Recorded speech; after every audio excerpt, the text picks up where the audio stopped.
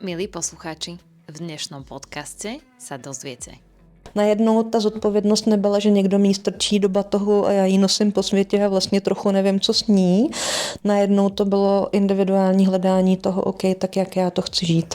Mm-hmm. A to je to, co ty rituály přechodový dokážou. To převzetí té hodnoty a vlastně zvnitřnění si toho, že já teď chci být tímto člověkem a takto se chovat.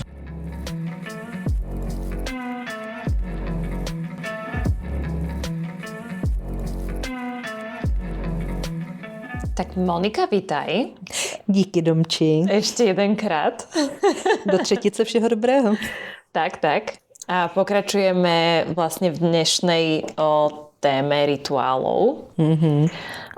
Je to už vlastne tretia časť, čiže ak vás možno, že ak ste si zapli túto a nebudete vedieť, o čom hovoríme, tak si môžete pustiť tie predchádzajúce dve.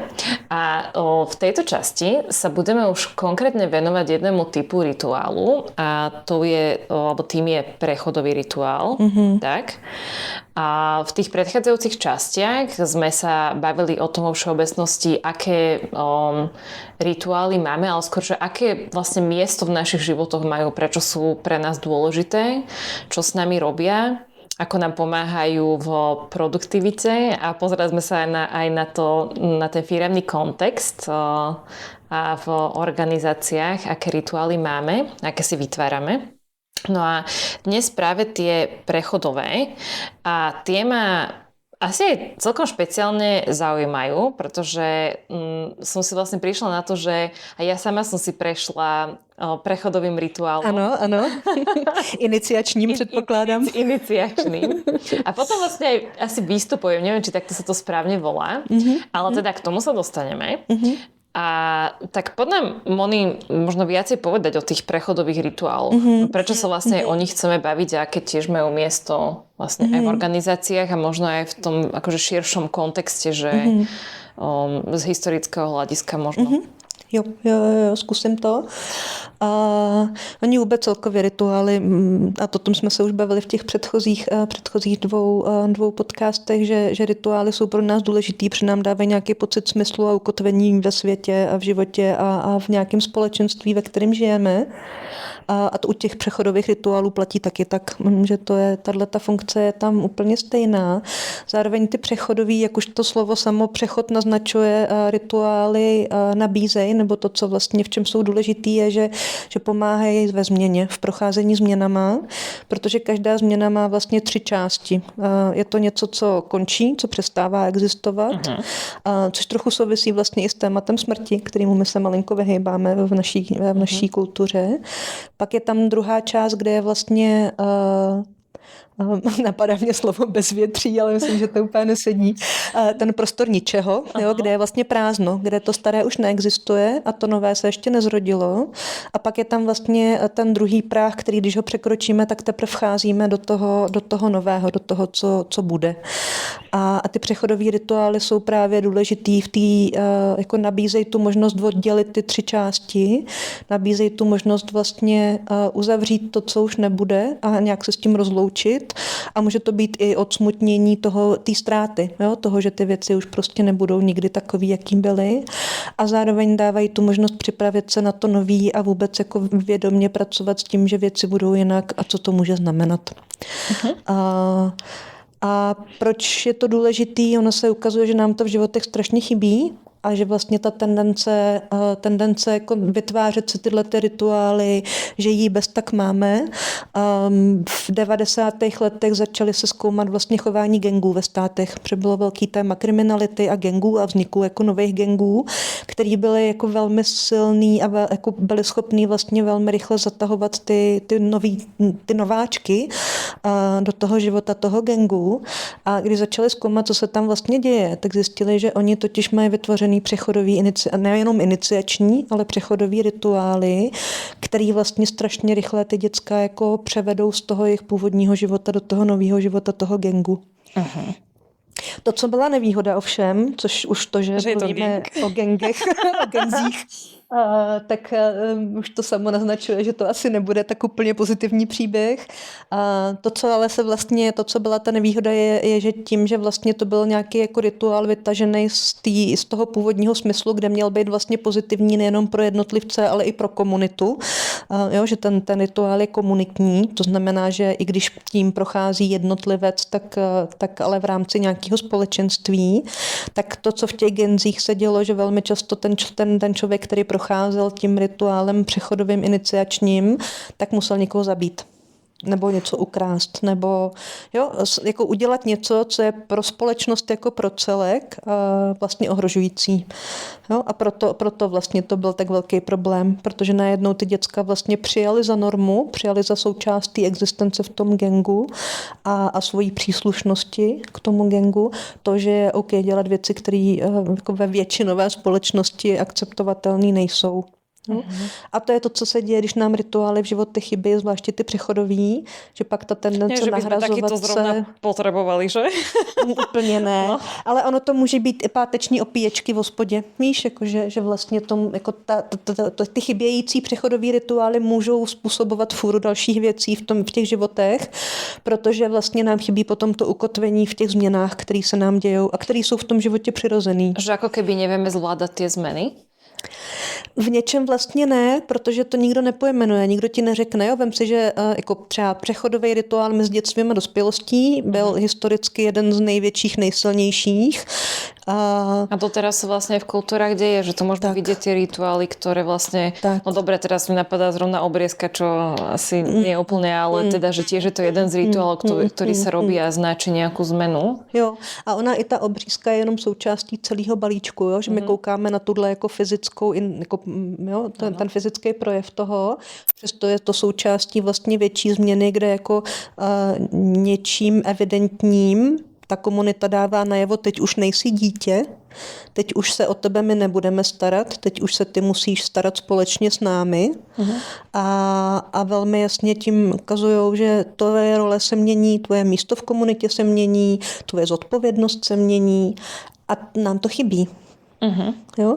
Kdy je člověk v naší kultuře dospělý? Tak dostaneme občiansky preukaz. Super. A o čem to vypovídá? To už je další debata, že? Jasné. Jo? A to je přesně to, co ty přechodové rituály nabízejí. Jo? Nabízejí ten smysl té změny a to popsání té změny a to přijetí a možná i vynucení toho přijetí. Jak tím člověkem, který tím prochází, tak tou komunitou. A já dělala jsem opakovaně přechodové rituály pro pracovníky a pracovnice z mládeží, protože tím, že to chybí, zrovna ten chybí, tak jsme vlastně se snažili podpořit lidi, kteří dělají s mladýma a s dětskama, aby vlastně oni sami byli schopní tohleto dělat, jo? Pomáhat tím dětskám v tom přechodu. Zároveň, aby to byli schopní dělat, tak si to musí sami zažít.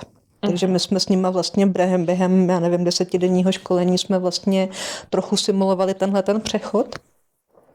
A bylo strašně zajímavé, že fura z nich reflektovala, že jako až teď teprve vlastně najednou cítí, že jako dokážou pojmenovat, co ta změna v té dospělosti, co to je, co to pro ně je být dospělej, co to pro ně znamená, co jim to přináší, jak to vlastně, jak chtějí, aby to vůbec vypadalo.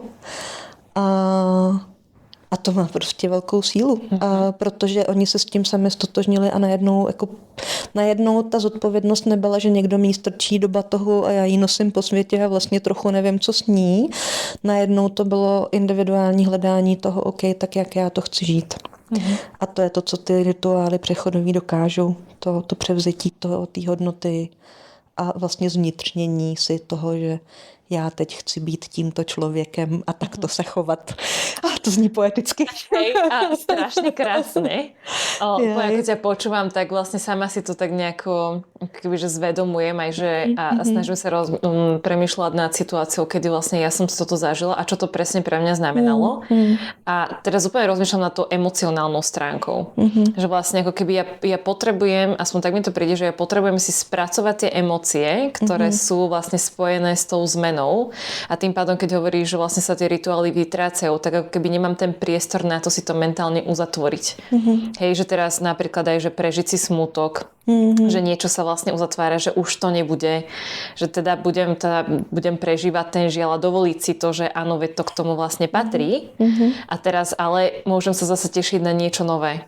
Ale že keď vlastne toto tam nemám, tak tie emócie nemám ani možno podchytené, alebo neviem, že neprežijem si ich vlastne. Alebo teda je to natiahnuté, že zrazu neviem, že toto je emócia, ktorú by som mala prežívať, nie je, že mám sa tešiť, mám smútiť, alebo cítiť vzrušenie, alebo čo teraz?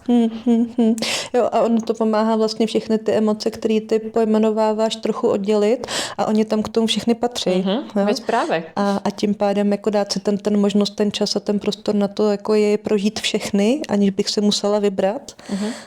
Je to důležitý, protože velmi často, pokud vlastně my s těma přechodovými rituálama nepracujeme, tak co se děje, že jako přeskočíme vlastně tu fázi toho nebytí nebo toho ničeho a rovnou skočíme do toho nového života. Jo? A teď ty se sebou ještě neseš ten smutek a teď už ale jako všichni od tebe trochu očekávají, že ty už přece budeš nadšená z toho, že je tady ta nová část. Jo? A teď jak s tím? A to, co se pak velmi často děje, že my to prostě strčíme do nějaký krabičky, někam na poličku, ty emoce, které už vlastně nejsou na místě a tam vlastně zůstanou neošetřený. Tam zůstanou nespracovaný.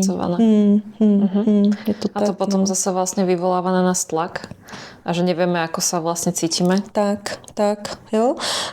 A vůbec, jakože kromě toho tématu smrti, jako vůbec téma pláče je pro nás velký, že jo, kdy si můžeme vlastně vůbec dovolit jako plakat nebo být smutný nebo litovat něčeho a přitom to je prostě součást života. Mne tam ešte príde celkom zaujímavé, že teraz keď už odliadnem od smrti, aký kľudne, akože o tom by sme sa mohli baviť, ale že mne to ako keby ten rituál vytvára nejaký časový priestor, dokedy vlastne ja sa na to nastavím, že áno, teraz môžem vlastne smútiť a potom mi to tak nejako, že utne, že OK, môžem vlastne pokračovať ďalej. Hej, že dám si vlastne ten čas a tým pádom viem, že doteraz sa tým budem zaoberať a potom už vlastne začína ako keby tá nová kapitola, že vlastne otváram list, že mentálne mi to pomáha sa vlastne vyrovnať so situáciou. Jo, určitě. Ono, moje zkušenost je, že jako pokud člověk vlastně tyhle ty přechodové rituály zažívá opakovaně, tak pak je to jednodušší projít touhletou fází, protože už se vytvoří zvyk a jsme zpátky u těch zvyků. A zároveň jako i tu svalovou paměť, jo? Já to nazývám takhle, protože vlastně už se jako celý ten tvůj systém, ty emoce, to tělo, všechno si vlastně zvykne, že jako je normální tím procházet a už je to normálnější, přirozenější a lehčí tím pádem. Ale to mi ešte napadá, že je vlastne ako keby tá zmena možná, že zo dňa na deň, že vlastne tým rituálom to tak akože sekneme. Aký mám pocit, že asi áno, aj tak ako to hovorím, že dovtedy vlastne, že dajme tomu smutím, potom je rituál, ktorý spravím a zrazu, že OK, že asi to nie je úplne zo dňa na deň, ale minimálně nám to pomáhá oddělit. Jo, určitě a ono velmi často ty rituály jako nejsou právě tím, že jak jsou tam ty 3 části, tak oni vlastně nejsou ze dne na den, ale každá ta část má adekvátní jako načasování, jo, že jsou to fáze. Tím pádem to není tak, že jako ty máš teďka 2 hodiny na to, aby ses rozloučila, zbalila si tady všechny saky, paky, nic nezapomněla, rozloučila se s kolegama, odevzdala kartičku, aby ses dostala do baráku a odešla, že to opravdu jako ty fáze potřebujou čas a potřebujou vlastně to jako připravování se postupný, jo, tu gradaci. To je dobrý slovo, jak to popsat. A to celý je proces, jo? Takže je potřeba jako nastavit celý ten proces, jak toho odcházení, tak ale i toho přivítávání v tom novém. V momentě třeba, kdy se to týká změny práce, tak to, co může třeba pomoct, je nejenom mít ty iniciační rituály nastavený, takže my tě vítáme, dát ještě možnost tomu člověku a ten prostor na to, aby mohl ještě mluvit o tom, co bylo, jo? Jak to bylo ve staré práci, co třeba tam pro ně bylo důležitýho, v čem vidí a možná podporovat i v tom, jako v té podobnosti, jo? V čem vidí podobnost, jo? Co je podobně nebo stejně tak, jako bylo v té staré práci, aby se s nás dalo vyladit na to, co je jiný, co se liší. Jo, že velmi často my máme vlastně tu iniciační část toho rituálu, toho vstupu do toho nového zaměstnávání nebo do školy, nebo jo, tak máme spojenou s tím, co je to nový. Zapomínáme na to, že ale to, co tam předtím bylo, tak už není a že ještě to v nás dožívá. A tím, že tam ty rituály často nejsou, ty přechodový, tak ono to ještě bude chvíli žít. Protože to ještě uzavřený nemáme. Mne sa to strašne žiada povedať vlastne môj zážitok s tým, Jasne. ako som nastúpila do už síce môjim bývalým kolegom, ale tiež to vlastne iniciačný ako keby rituál toho, že ma privítali a teda nebudem popísať, čo až by náhodou nejaký ďalší nový kolega počúval zážitok, ale bolo to naozaj že rituál, kedy mňa privítali medzi seba. Sme mali takú nejakú, že party a v rámci toho, už neviem, ako to vlastne nazvať, ale vlastne spravili som ako keby nejaký proces, kedy išlo o to, že mi povedali, že dôveruj nám a spravili som taký ako keby, že husarský kúsok. Ja som sa musela vlastne im odovzdať, že áno, ja vám dôverujem. Akože v konečnom dôsledku bol to trochu traumatizujúci zážitok, ale strašne sme sa na tom pobavili a vlastne ale aj to prostredie, že aké vytvorili, že naozaj vlastne išlo to, že áno, všetci sa tu zabávame na tom, že vlastne Domči sme spravili takýto husarský kúsok, ale vlastne všetci na to veľmi dobre spomíname. Robilo sa to potom aj vlastne s ďalšími kolegami, že vždycky vlastne sa urobil tento rituál príjmania nového člena vlastne do partie a to bolo vlastne naozaj znamená, že OK, si už naša, lebo zvládla si to.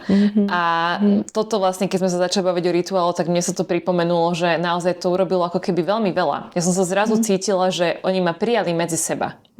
Že potom sme si ešte robili srandu, že tu proste prisahám na nejakú knihu alebo telefón alebo proste niečo, hej. Že teda budem s nimi držať. Ale malo to neskutočný efekt vlastne na mňa, že mali sme jednak spoločný zážitok, mali sme sa na čom zasmiať a zrazu ten pocit, že som súčasťou niečoho, mi dodalo vlastne... Čo mi to dodalo? Taká tá možná, že dôvera, alebo tak, neviem, spolupatričnosť? Pocit súnáležitosti. Pocit súnáležitosti, no. Tak. Takže toto bolo vlastne taká zmena. A prišlo mi to dôležité. Jo. A ty jsi tam vlastně jako ideálně popsala dvě části, které ty přechodové rituály potřebují mít. Ta první část je to překonání sebe sama, protože to je jako historicky tohle byla součást toho času nikoho a ničeho, jo, toho nebytí. Bylo, že ty děcka byly vystavované extrémní situaci. A mohlo to znamenat, že prostě musí na týden, na 2, na 3, na měsíc někam do divočiny a tam musí přežít, jo? A můžou a smějí se vrátit až po tom měsíci. Jo? Mohlo tam být plnění úkolů, který prostě vypadají nerealistický nebo nemožný možná dokonce. Jo? A celá Odysea je v podstatě jeden krásný přechodový rituál popsaný prostě skrz to, že Odysseus se vydává na cestu a po té cestě vlastně se setkává, je konfrontovaný s různýma úkolama, který vlastně vypadají trochu nemožný a on musí najít způsob, jak se s nima vyrovnat. A pokud vlastně tohle v tom přechodovém rituálu není, ta obtížnost, to jako, že musím překonat sama sebe a zjistit, co ve mně je, tak ty rituály jsou často plochý. Jo, že my sice máme nějaký podobný rituály, ale velmi často tam chybí tato část toho jako otestování si sama sebe. A nebo toho vzdání se důvěry, nebo vzdání se kontroly nad svým životem a důvěřování tomu, že že mi ty lidi nemyslejí, jo, že to nechtějí mi ublížit, že prostě si to můžu dovolit. A to je to, co v tom dělá, nebo jedna z těch částí, které v tom dělají tu sílu. A teď záleží na tom samozřejmě v tomhletom případě, který ty popisuješ, tam vlastně stačí to, že ti to bylo způsobeno, protože víc šlo o to, aby ty si vlastně jako si dovolila předat část své kontroly jim a důvěřovat jim v tom, že oni tu kontrolu nebo to, co jim předává, že to nezničej, nestratěj a nedevalvujou. A v rámci toho jako přechodu do té dospělosti tam je i to převzetí té zodpovědnosti a proto často ty deprivace, proto často to a teď si otestuj, jestli vlastně vůbec na to máš. A mnoho kultur to mělo tak, že jako bylo OK, když se někdo nevrátil. Jo, že to nebylo tak, že jako OK, tak ty to nezvládáš, no tak my budeme hledat cesty, jak ti to ulehčovat. Že to bylo fakt nastavený tak, že jako takhle to je to tak pro všechny a ty ti musíš projít.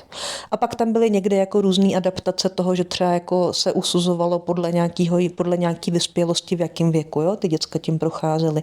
Nebo že pokud prostě třeba, nevím, se narodil cvrček s nějakým jako mentálním postižením nebo s nějakým fyzickým postižením, tak samozřejmě jako to bylo adaptovaný trochu. Přesto projít tím museli všichni a pro všechny to muselo být náročný nad rámec toho, co normálně dokážou.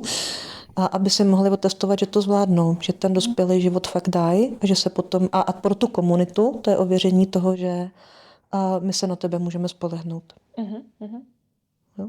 V tomhle případě díky bohu za to, že si nemusela do lesa. A v tom počasí, který je teďka venku, to nikomu nepřála více jak na pár hodin. Ale, a chybí nám to a myslím, že pak máme přesně tendenci si tyhle rituály stejně vytvářet, protože prostě je potřebujeme. A potřebuju je já jako nový zaměstnanec nebo zaměstnankyně a potřebuje i ten tým. No prišlo mi to veľmi pekné, len som to predtým nezažila a hlavne ten prejav vlastne tej dôvery a prekonania sa, až vlastne tu vidíme aj, mne napadá vlastne rituál, ako chodievajú títo kmene po žeravých uhlíkoch, alebo čo sú to títo, čo sú nejakí šamani? Áno. Že ako vlastne sa tam prechádzajú a tiež, že vlastne musia nájsť v sebe tú vnútornú silu a že vlastne je to viac menej aj o nás. Že jednak chcem patriť, chcem byť súčasťou skupiny, ale zároveň, že dokázanie si aj toho, že ja to vlastne dokážem. Ja to dokážem. Takže tak. Ale k tomuto ešte by som vlastne chcela, aby si nám možno viac povedala aj o tých, si spomínala, že vlastne rituály, ale počas toho pracovného života. Že nie len, že vstupné, výstupné, ale teda, že čo môže byť rituálom aj počas. Jo, a těch témat, jako kolem kterých má smysl mít nějaký přechodový rituály nastavený, může být hodně. Jo? Vem si, kolik firem pracuje s projektovými týmama, který začínají a končí a mění se. Jo? Kolik firem nebo v kolika firmách prostě lidi jako rostou v pozicích. Jo? A najednou z pozice juniora se dostávám do pozice seniora, z pozice seniora se dostávám do pozice manažera. A tohle všechno jsou věci, které prostě, pokud tam jsou nastaveny nějaký přechodový rituály, tak to pomáhá. A pomáhá to jak tomu člověku, který vlastně prochází tou změnou, tak to ale pomáhá i těm jeho jako bývalým kolegům a kolegyním a budoucím kolegům a kolegyním, aby i oni přijali tu změnu. Jo? Kolikrát se stane, že prostě junior převezme, nebo člověk z týmu převezme roli manažera nebo manažerky. No. A co to potom v tom týmu dělá, protože s tím ten tým není srovnaný. Ani s tím, že on z té pozice nebo ona z té pozice odešli, ani s tím, že přijali nějakou novou. A čo by im teda pomohlo v tomto prípade, že aký rituál si spraviť? Jo. Co urobiť? Ale a podle mě, abych se držela těch 3 částí, který prostě ten přechodový rituál standardně mají, a to je prostě udělat nějakou jako společnou oslavu, ocenění a vzpomínání na to, jako co ten člověk zažil a co oni s ním zažili v rámci té role, kterou měl. A dá se to jako od fyzických věcí ve smyslu, uděláme si prostě nástěnku, fotoalbum, nahrajeme si video, který ukazuje náš společný život v tom týmu nebo cokoliv, ale prostě hledat věci a cesty a způsoby, jakýma vlastně pojmenovat tu historii, to společný příběhy. Jo? Příběhy je to, co vlastně pomáhá. Jo? Jaký příběh vlastně chceme vyprávět o tom našem společném bytí a o čem to bylo, jaký to bylo. Pak si dovolit tu možnost odejít. Jo? Velmi často se nám v práci děje, že jako lidi vlastně z pozice na pozici přicházejí ze dne na den. Jo? Končí měsíc, boom, a od prvního nastupuješ do nové pozice, tak tam může třeba pomoct tomu dát jako 2-3 dny, ten člověk si třeba, nevím, dá dovolenou, nebo jako dovolit si vlastně přestavět ty prostory fyzicky, jo? Jako změnit ty původní, změnit ty nový, jo? Udělat cokoliv, co vlastně vytvoří ten prostor té změny toho, že jako něco je jinak, ale dát si ten čas přechodovej tam na to, jo? Což znamená, že třeba jako v nový pozici člověk nastoupí za 3 dny, ale už může třeba koukat na to, jak se mu mění ta kancelář, nebo on sám si ji může prostě přestavět. Že mentálně si to nějak oddělit? Tak, jo? Protože ten jako to, co je síla těch přechodových rituálů, je, že oni fungují na 4 úrovních. Fungují na té fyzický, což nám potom pomáhá i ty emoce a tu psychiku vlastně na to, protože ty emoce žijou v tom těle, že oni se projevují fyzicky. A v tom fyzickém prostoru, v tom psychicko-emocionálním prostoru, v tom společenském prostoru a zároveň je tam ten jako spirituální nebo sakrální přesah, který je velmi často, jenom když tím dobře projedeme, se tam děje, protože vnímáme, že to je změna, která je v něčem vlastně vesmírná. A já to nedokážu, já na to vlastně nemám slova. Jo? Já znám ten zážitek, a ty si procházela vlastně něčím podobným i v rámci večerné školy, kterou jsme dělali, tak asi předpokládám, že taky můžeš zkusit to popsat, co to pro tebe bylo. Pro mě to je takový jako svrbění, který je všude a vlastně je strašně důležitý a nedokážu ho pojmenovat a nedokážu říct, co to je, jenom cítím velký dojetí a velkou nějaký takový ten knedlík v krku, ne? Že jako něco se tu kurňa děje, já vůbec nevím, co to je a je to silný. Jo? A to je pro mě to spirituální, to jako, že najednou vnímám, že to je vážný, že to je prostě hodnotný, že to je důležitý. Vidíš, že by som to spojila možno s tým, že čo sa vo mne ako keby odohráva, že ja v nejakom momente príjmam zmenu a že je to, hej, akože to dojatie si podľa mňa veľmi pekne popísala a taký, že možno rast a obavy, že je to veľký mix emócií, ktoré zrazu s tebou vlastne lomcujú. Taká, že možno je, že netrpezlivosť, vzrušenie, strach, radosť, že vlastne sa vydávaš na tú cestu a zrazu je to jeden veľký mix alebo kotol emócií, ktoré sa tak akože zamiešali. A zkus je oddělit znova. No, tak. Ale naozaj to robí veľké veci. Jo, taky mám tu zkušenost, jak svojí osobní, tak i když pracujeme takhle jako se skupinama, který prochází tuhle zkušeností. A mám i tu zkušenost, jak to společný v tom je důležitý.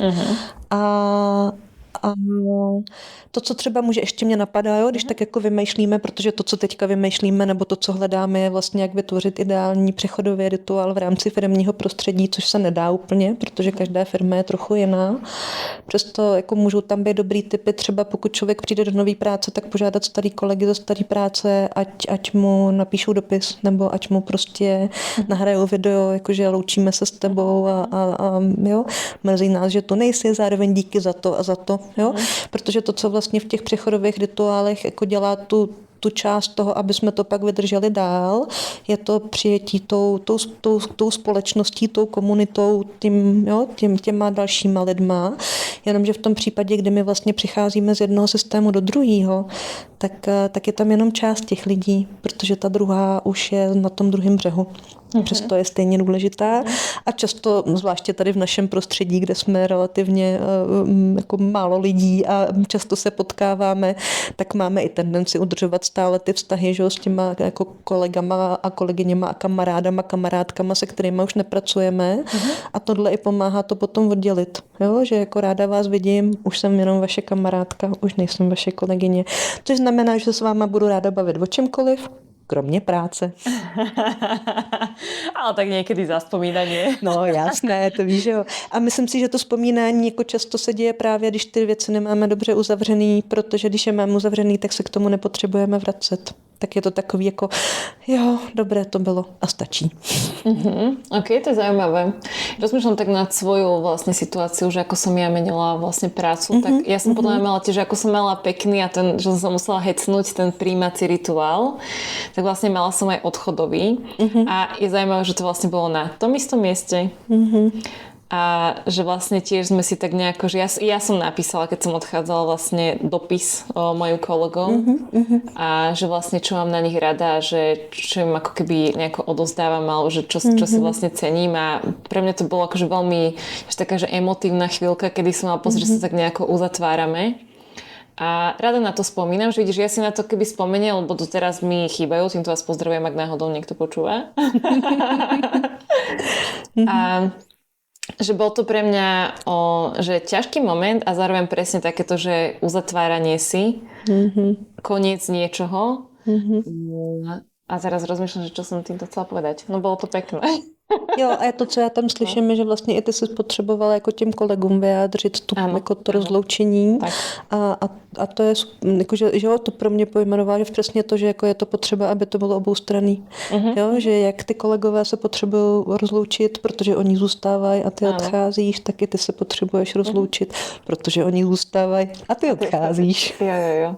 A zároveň teraz mi tak napadá, že vlastne som nemala v tej, že teraz v tej práci takéto, že taký ten iniciačný, že rozmýšľam nad tým, že či vlastne onboarding to môže ako keby nahradzať a do nejakej miery asi áno a zároveň, že nebolo to také, ako keď som si vlastne prežila niečo takéto, že to bolo špeciálne niečo, hej, že si prišla a že je to nejaký moment, ktorý si vlastne pamätám, že toto je skôr niečo, že nejaký že súbor aktivít, ktoré ti pomáhajú sa začleniť, ale nenazvala by som to vlastne rituálom. Hej, takže teraz tak rozmýšľam, že asi je to trochu iné. Jo? A to je ten rozdíl mezi těma návykama, zvykama a rituálama, no. Že ty návyky nám pomáhají fungovat v tom každodenním životě a být možná efektivnější nebo rychlejší nebo moc nad věcma nemuset přemýšlet. A ty rituály z toho ještě dělají to, že to má tu hodnotu, kterou si člověk pamatuje. A teď jsme zpátky u té efektivity a toho pocitu bezpečí a všeho ostatního, co ty rituály můžou prostě v tom firemním přinášet. No. A na to si poslechněte předchozí podcast. Tak, už sme sa naučili. Jo, myslím, že sa v tom zlepšujeme. Je to skvelé. Je otázka, že či ešte vlastne k tomuto niečo, aby sme to vlastne ďalej nenaťahovali. Mne sa celkom páči, ako sme vlastne popísali, že myslím, že už môžete mať predstavu o tom, čo tie rituály sú a zvyky a návyky a akú rolu vlastne hrajú v tých našich nielen každodenných životoch, ale teda aj tých organizačných, ak to teda oddelujeme. A za mňa môžem povedať, že majú tam určite miesto. A teraz ich vnímam oveľa citlivejšie ako vlastne predtým, ako sme sa o tomto rozprávali. Takže za mňa určite ďakujem, ja som si to užila, túto tému a budem ich ďalej pozorovať. Jo, díky, rádo se stalo. Ještě mě napadá jenom jedna věc, která jako oproti tomu, když jsme se bavili o rituálech ostatních a jak je zavádět do firem, takže to, že jsem jako velkou faninkou toho zavádění rituálů ve firmách. U těch přechodových rituálů bych možná řekla jako buďte opatrní a opatrné, protože oni mají velkou sílu a může se nám stát, že pokud na to nejsme připraveni vlastně provázet ostatní v tomhle procesu, tak to může i udělat tak škodu. A i protože to je tak komplexní a tak intenzivní a tohle všechno.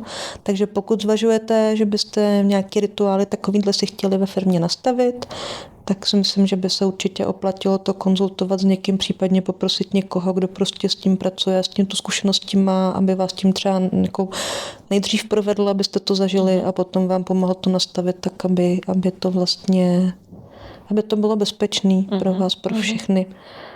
Protože tým zmyslom je si pomôcť a nie si uškodiť. Je to tak, no.